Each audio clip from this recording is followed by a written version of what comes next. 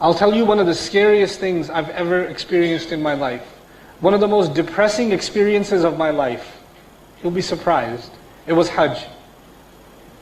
Hajj, and I've only done one Hajj. And it's supposed to be the most joyous occasion of my life, and I was very depressed. Eventually I was happy, but I was very depressed. You know why I was depressed? Because there were VIP sections. I was depressed because there were people with a different kind of passport treated differently. I was depressed because, people were not concerned about each other at all. If you wanted to take somebody and say, if you told somebody, in Islam, everybody is treated equally. In Islam, the wealthy and the poor, and the black and the white, they're all the same. We are all slaves of Allah. That's the beauty of Islam. That's why Bilal accepted Islam. And he could stand next to Umar and pray. And I give them all that theory, and I say, let me show you Islam, and I take them to Hajj. This? This is your Islam? Seriously? Maybe I have bad eyesight, or maybe this is a different religion or something. Where in the world am I going to take them? And I show them that people are, the ummah is what it's supposed to be. That we live it. Until we become models of it, please listen to this. I know it's controversial. I may get in trouble for it. I don't care. This is what I'm convinced of. Until we, the ummah, are a model of this deen, we don't get to hate the kuffar. We don't get to say, these kuffar, they're going to go to Jahannam. Who cares about astaghfirullah? These people worship. What have you shown them? What have I shown them? Talk is half the equation. The living model is the other half. That's what the prophets were. The prophets were not all talk. The prophets were not great speeches. They were living examples. Before Rasulullah sallallahu alaihi wasallam was a Rasul, what was he called by the people?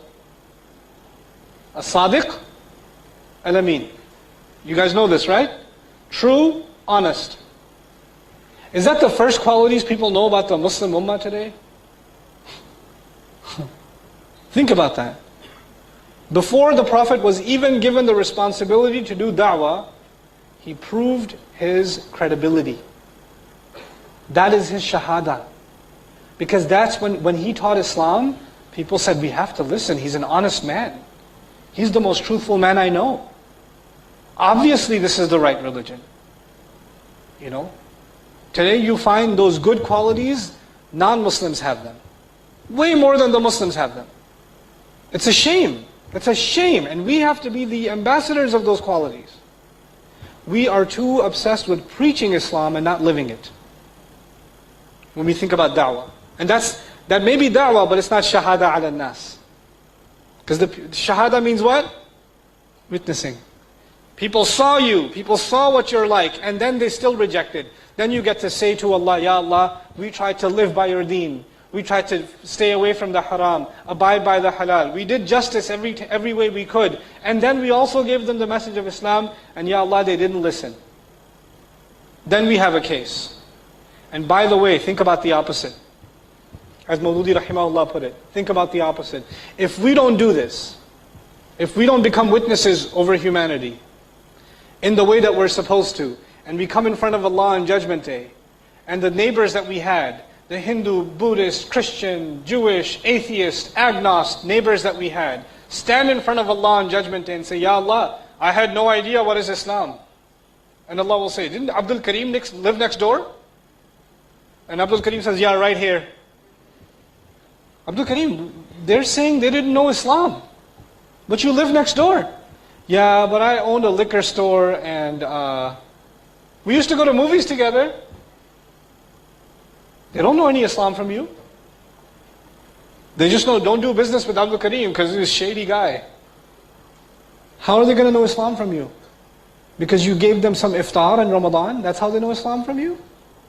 Who's in trouble now? Is this guy in trouble more or this Abdul Karim in trouble?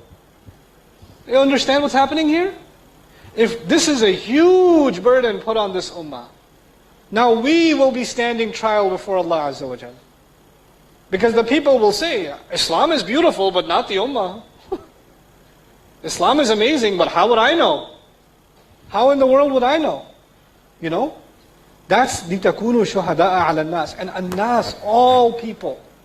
Which means whichever culture we belong to, whichever nation we belong to, Islam can be practiced there. Islam can survive as a minority and a majority. Islam can survive when you're the only Muslim in the village. Islam can survive when you're 1 million people and the other one is 1 to 2 people. Islam is not dependent on numbers. It's not. It's not dependent on environment. You will be witness to humanity no matter what situation, no matter what environment. لِتَكُونُوا شُهَدَاءَ عَلَى النَّاسِ. You know what this also taught us? This ayah taught us we cannot stay among ourselves. We cannot stay Muslim among Muslim only. Muslims have to deal with Hindus. They have to deal with Buddhists. They have to deal with people of other religions. They have to interact with them. They have to share concern with them. Because they're people of Ibrahim. Ibrahim never stayed in one place, did he? Always dealing with other people? Always concerned about other people? You know what, anybody here know what Ibrahim a.s. did with the people of Lut? The angels came to Ibrahim first, and he said, why are you here? They said, we are going to kill everyone in the nation of who? Lut.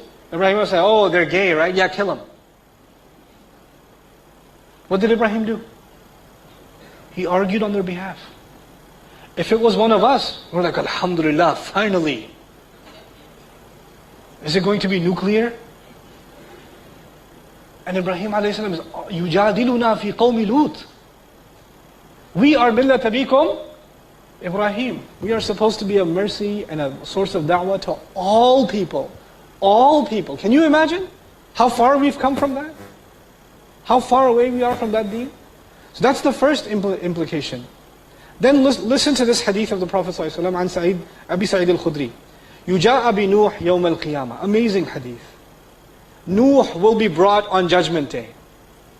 فَيُقَالُ لَهُ هَلْ بَلَّغْتَ. He will be asked, did you deliver the message? Who is being asked? Nuh alayhi salam. Did you deliver the message? فَيَقُولُ نَعَمْ يَا رَبِّ. He will say, yes, Master. I did. I delivered the message. فَتُسْأَلُ أُمَّتُهُ. Then his nation will be asked, هَلْ بَلَّغَكُمْ. Did the message reach you? فَيَقُولُونَ مَا جَاءَنَا مِن نَذِيرٍ. They're going to say, no, nobody came warning us. Nuh is saying, I did my job. His entire nation says, no. What are you talking about? We didn't have any warner. We didn't have any messenger. فَيَقُولُ مَنْ شُهُودُكَ. Allah will say to Nuh, do you have any witnesses that can prove that you're telling the truth? Allah is asking who now? Nuh. And Nuh answers, فَيَقُولُ مُحَمَّدٌ وَأُمَّتُهُ. He says, yes, the people that will defend me will be Muhammad and his ummah. Muhammad and us on Judgment Day. We never met Nuh alayhi salam, but did we recite Surah Nuh? Did we recite ayat of Nuh? Did we know that he delivered the message? This Quran, we believe it. And so he says, فَيُجَاءُ بِكُمْ فَتَشْهَدُونَ. Then Allah will bring all of you and you will all testify. Yes, Nuh delivered the message. We learned that in Quran. Allah made us a witness against the people of Nuh on the Day of Judgment. Even against them. We're not just a witness against the people who live in our time, we're even a witness against the criminals of all history. And it also means we are witness in favor of all of the believers of the past. I'll give you just one example. Shahada ala nas. Ashabul Kahf. You guys know the famous story, right? Ashabul Kahf. If the Quran did not teach Ashabul Kahf, these fitya, these young people, everybody in the world would have believed that these are Christian saints who believed in the worship of Jesus. That's what the whole world would have believed. That these were saints. There's a church in their name still. There are churches in their name, Jacobite churches. Nobody came to testify and say that these were believing men. These believers were good men and they didn't do any shirk. They stood by Allah except Quran. And through Quran, this ummah testifies for them. We're the ones who came to defend them. This Quran, through this Quran, we will testify for all the believers who have ever lived in history, which nobody knows about. And we will be their witnesses. We will be their backup. This is, subhanAllah, rahmatan lil alameen. The messenger is a rahmah for all the nations of the world in the future and in the past. Even in the past, subhanAllah. Even for people that we've never heard of. You know, people in history that we don't know where they're buried. But they believed in La ilaha illallah, we will testify for them. This ummah is so honored, subhanAllah.